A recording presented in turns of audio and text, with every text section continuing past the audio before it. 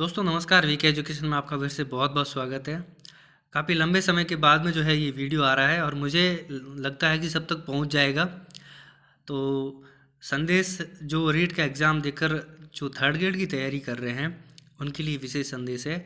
और कहना चाहूँगा, मुझे लगता है, मुझे जब महसूस होता है कि हाँ ये चीज़ें कहनी ज़रूर होती है, तब मैं वीडियो डाल देता हूँ। तो ये बताना चाहूँगा आपको मित्रों कि भगवान कह लो, कुछ भी कह लो, जो एक जिसमें हमारी श्रद्धा होती है, जिसको अपन मानते हैं, वो हमें लाइफ में एक बार ही मौका देता है और उस मौके की हमको पहचान करनी होती है। वास्तव में जो है समय सबका आता है, ये बात हमें माननी पड़ेगी। भले वो आपका बिजनेस में हो, व्यापार में हो, एजुकेशन में हो, कैरियर को लेकर के हर आदमी के पास एक मौका ज़रूर आता है। आपके पास भी ये मौका वो है, आ गया है। आप समय को पहचान लीजिए। देखिए, इतनी बड़ी वैकेंसी आना वास्तव में बहुत बड़ी बात होती है। पिछली बार वसुंधरा सरकार ने जो निकाली थी, तो सबके मुंह फटे के फटे रह गए थे कि इतनी बड़ी वैकेंसी। तो ये भी बहुत बड़ी वैकेंसी है। और कुछ कैंडिडेट जो ये सोच रहे हैं कि कुछ सब्जेक्ट में जो है वैकेंसी कम है, तो उसको लेकर के चिंता मत कीजिए। देखिए, आपको एक सीट निकालनी है, ये हमेशा एक विश्वास अपने अंदर बनाना होगा। ऐसे नेगेटिव एनर्जी अगर अपन अपने दिमाग में स्टोर करते जाएंगे ना, तो वो अपना नुकसान नहीं करेगी।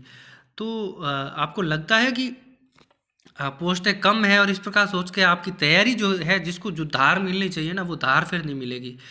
तो ये सोचिए कि अगर ये वैकेंसी जो अब इतनी बड़ी है, अगर ये कम आती तो उस हिसाब से आपके सभी सब्जेक्ट में जो पोस्ट है और ज़्यादा कम आती।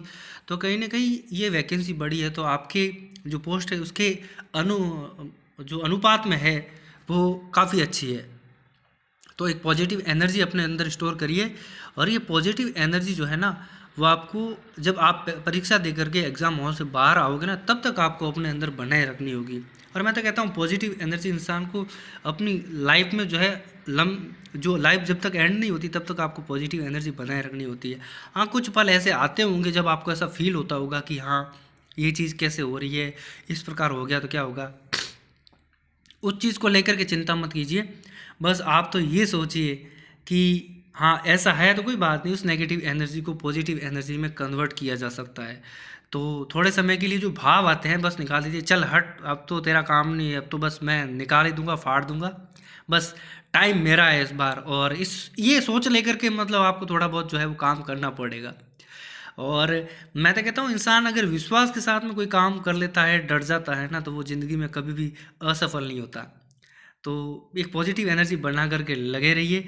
ये समय जो है बहुत कम रहा है, और अगर ये समय चला गया ना, तो फिर हो सकता है आपका ये समय ये समय आपका हो और चला जाए, फिर ज़िंदगी में शायद आपको कोई मौका मिले ना मिले। कुछ साथी ऐसे भी हैं जो काफ़ी कुछ एग्ज़ाम दे चुके हैं और उनका एक एक उस पड़ाव पे, उम्र के उस पड़ाव पे आ गए हैं, जिनका ये वो सोच के बैठे कि ये अंतिम ही चांस है।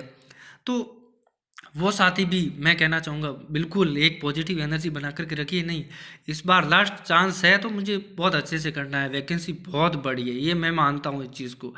तो अपने अंदर विश्वास बनाए रखिए। और मैंने एक चीज़ हमेशा मानी है कि अगर दिल में विश्वास हो, अगर अपन ने ठान रखा है ना, और एक पॉजिटिव एनर्जी के साथ में यदि हम पेपर दे करके आएंगे ना, तो सिलेक्शन ज़रूर होगा। और एक बात ध्यान रखना मित्रों, मेहनत करोगे और मन से मेहनत करोगे तो सिलेक्शन ज़रूर होता है। ये बात भी पता है कि ये जो जितने भी कैंडिडेट जिन्होंने फॉर्म भरा है, लाखों की संख्या में तादाद है, सबका सिलेक्शन नहीं होगा।